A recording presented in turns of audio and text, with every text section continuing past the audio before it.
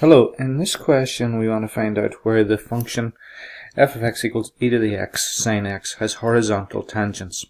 Well, this basically depends on your knowing that if the tangent is horizontal,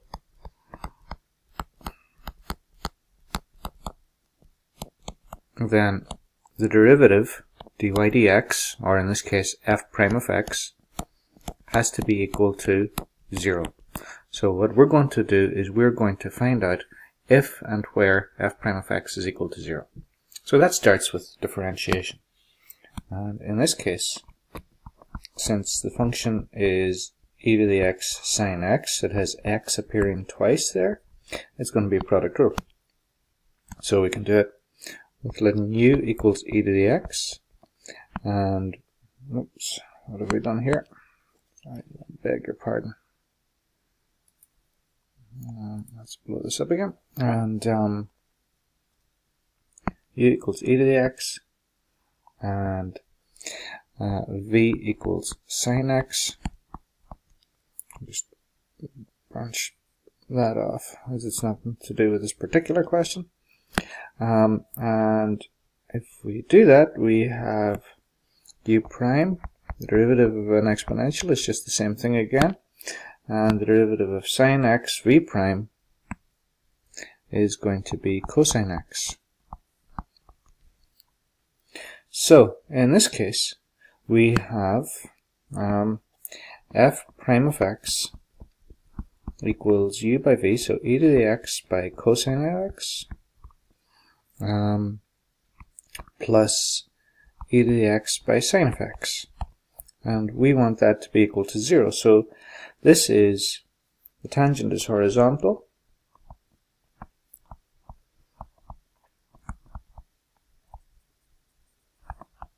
It's horizontal if f prime of x is equal to 0. I'm having terrible trouble getting the surface to react properly. So, in other words, if e to the x cosine x plus e to the x sine x is equal to 0. Well, we can factor the e to the x out of that, and that gives you the cosine of x plus sine of x. Okay, well, the only way this can be equal to 0 is if either e to the x is 0 or cosine x plus sine x is 0. Okay? But e to the x is never 0. E to the x is never 0. You should know that, but if you don't know it, just algebraically think of the graph of e to the x. The graph of e to the x is like that. That's the point 1. This is y equals e to the x, and it's never equal to 0 because it never touches the x-axis. It never touches the x-axis, so its height is never 0. Okay, so e to the x is never 0, which means that if we want our function to have horizontal tangent, that cosine of x plus sine of x must be equal to 0. Now remember, this is in the interval from 0 to pi. Well, if that's the case, you would have cosine of x equal to minus sine of x. Well, we do know that cosine and sine have the same value. Let's forget about the minus for a moment. Cosine and sine have the same value when x is equal to pi over 4. Okay, so the x is going to be pi over 4, but the signs are different. Well, if we're only looking between 0 and pi, okay, if we're only looking between 0 and pi, somewhere in this interval here, okay, well, if it's 45 degrees in the first quadrant, they're both positive. So if it's 45 degrees in here, cosine of x is equal to, this is 45 degrees, pi over 4, would be 1 over root 2, or 2 over root 2. And sine of x is also equal to 2 over root 2. But in the second quadrant, remember, Sine is positive. Remember cast? Remember?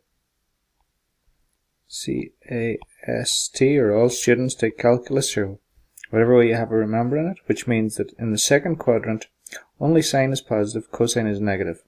So in here, if we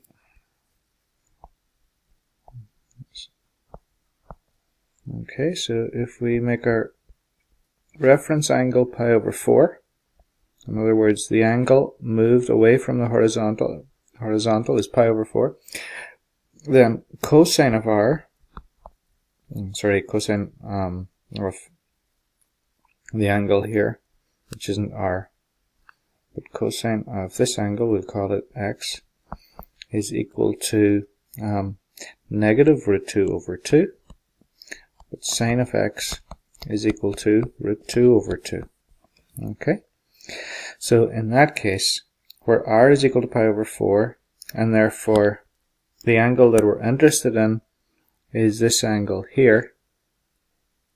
Okay, this is the angle that we're interested in, which is pi minus pi over 4. Okay, pi minus pi over 4, which is equal to 3 pi over 4.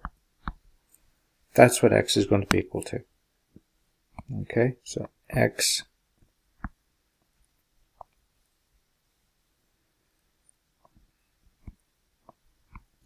is equal to 3 pi over 4.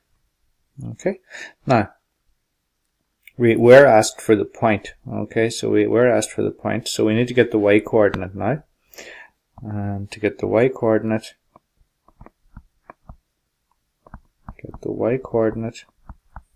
of the point,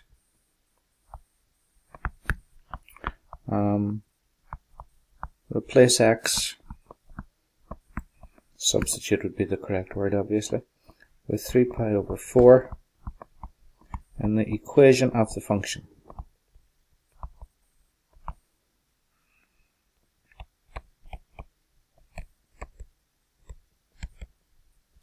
Now, the original function, if you remember it, was e to the x sine x.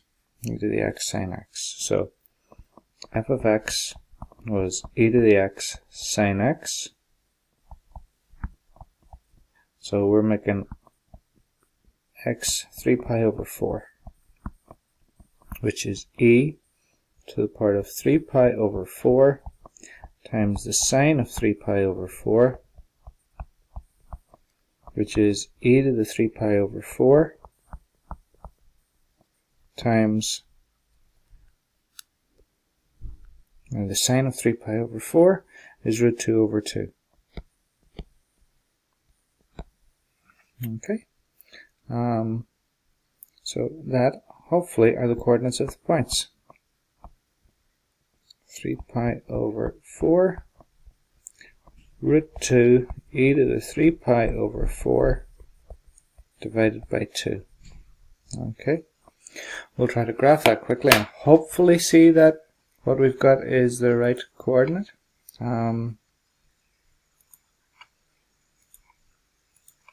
So we'll put it down here, and the function was e to the x sine x. Just bear with me 1 second.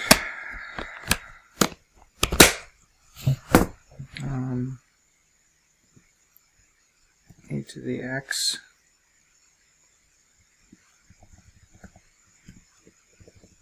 by sine x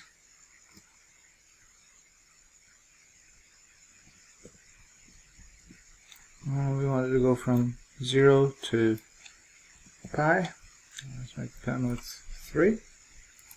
Okay, and we can see what it looks like here. Now we'll zoom out on that a little bit. Okay, and we can see that the horizontal tangent will be up the top of the curve. We thought that that would be 3 pi over 4, so let's put in that point. X 3 pi over 4, which is 0.75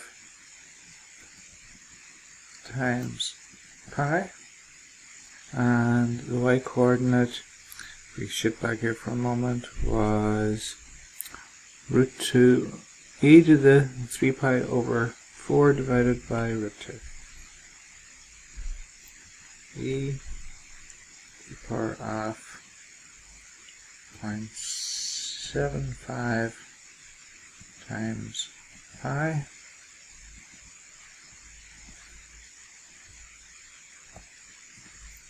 divided by the square root of 2. So let's see if this works. Okay, and so it does look to be the right coordinate, and then we'll draw in the tangent, which would be the line y equals e to the power of what did we say it was? 0.75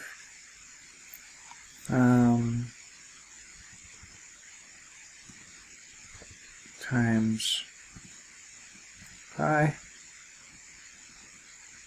divided by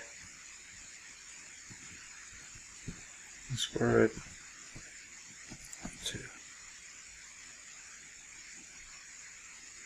Let's see. And there you go. Okay, it works. Now we can zoom in on that and see that it is a proper tangent. And again,